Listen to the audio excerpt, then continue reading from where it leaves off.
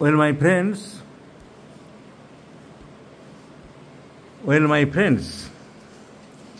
this is a case of psoriasis. Once again, a case of psoriasis of a gentleman aged about 50 years. দুই পায়ে psoriasis হয়েছে, skin disease দেখা যাচ্ছে। এছাড়া আর কোথাও হয়েছে আপনার? পিঠে, ব্যাক অফ দ্য থাইয়ের পিছনেও আছে, আর পায়ের দিকেও আছে, হাতে এখানে ওখানে আছে। এখন কথা হচ্ছে এই সোরিয়াসিসের আমরা কি ওষুধ দেবো? So and a long continuing insomnia, ওনার বহুত দিন থেকে ঘুম আসছে না, 30 বছর ধরে।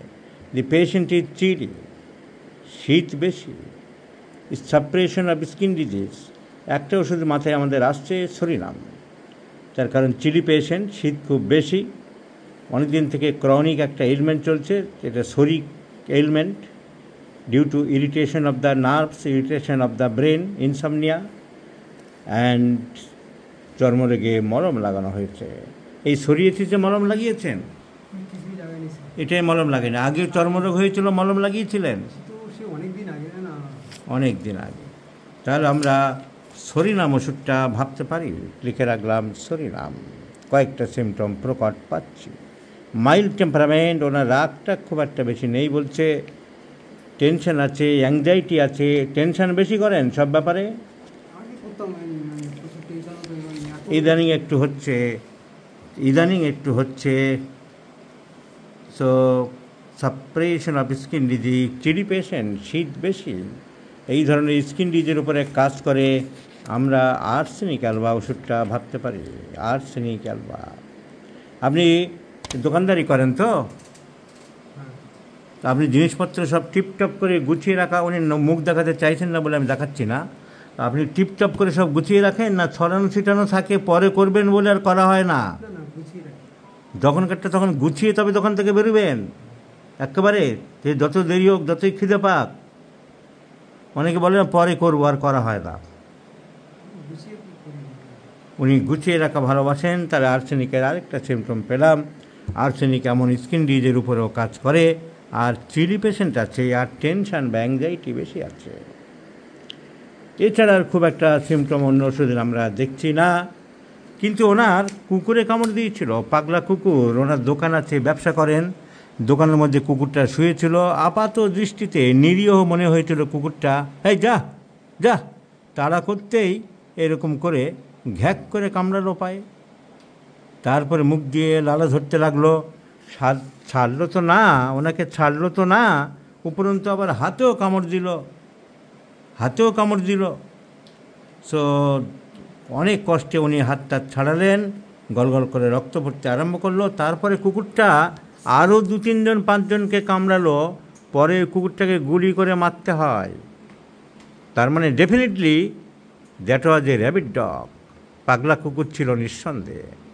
তো পাগলা কুকুরে কামড় দিয়েছিল র্যাবিট ডগ। এখানে ভ্যাকসিন নিচে, উনি ভ্যাকসিন নিয়েছে, বেঁচে যাবেন। এই ভ্যাকসিন আবিষ্কার করেছে লুই পাস্তুর।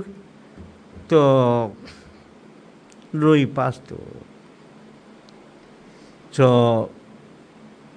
ভ্যাকসিনের এফেক্ট একটা শরীরে থাকতে পারে।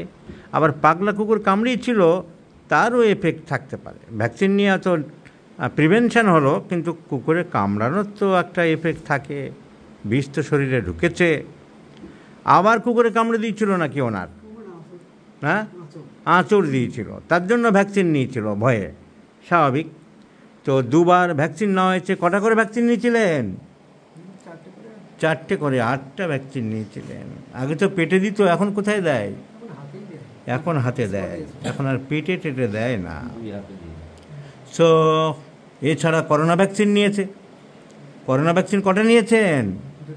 2টো নিয়েছে। তাহলে repeated history of vaccination. Chilli patient, শরীরে কি আঁচিল টাচিল আছে? আঁচিল টাচিল নেই। সো টি অক্সিডেন্টাল আমরা ভাবতে পারি ব্যাড এফেক্টস অফ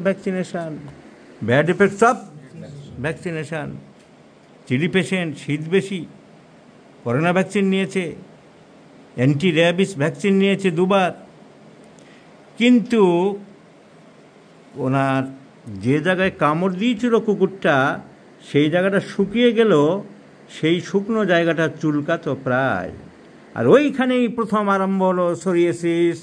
তাই লিখলাম psoriasis following at the scar mark of dog bite. 2021 সালে কামড় দিয়েছিল, যে জায়গাটা শুকিয়েছিল ঠিক সেইখানটায় ওনার আরম্ভ হলো।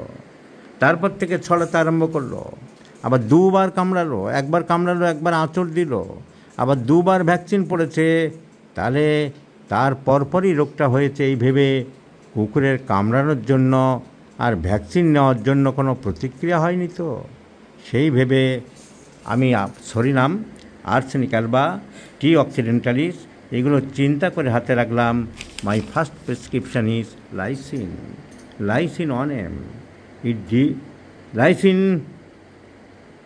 for bad effects of dog bite, for bad effects of anti-rabies vaccine, দুটোই কভার করবে।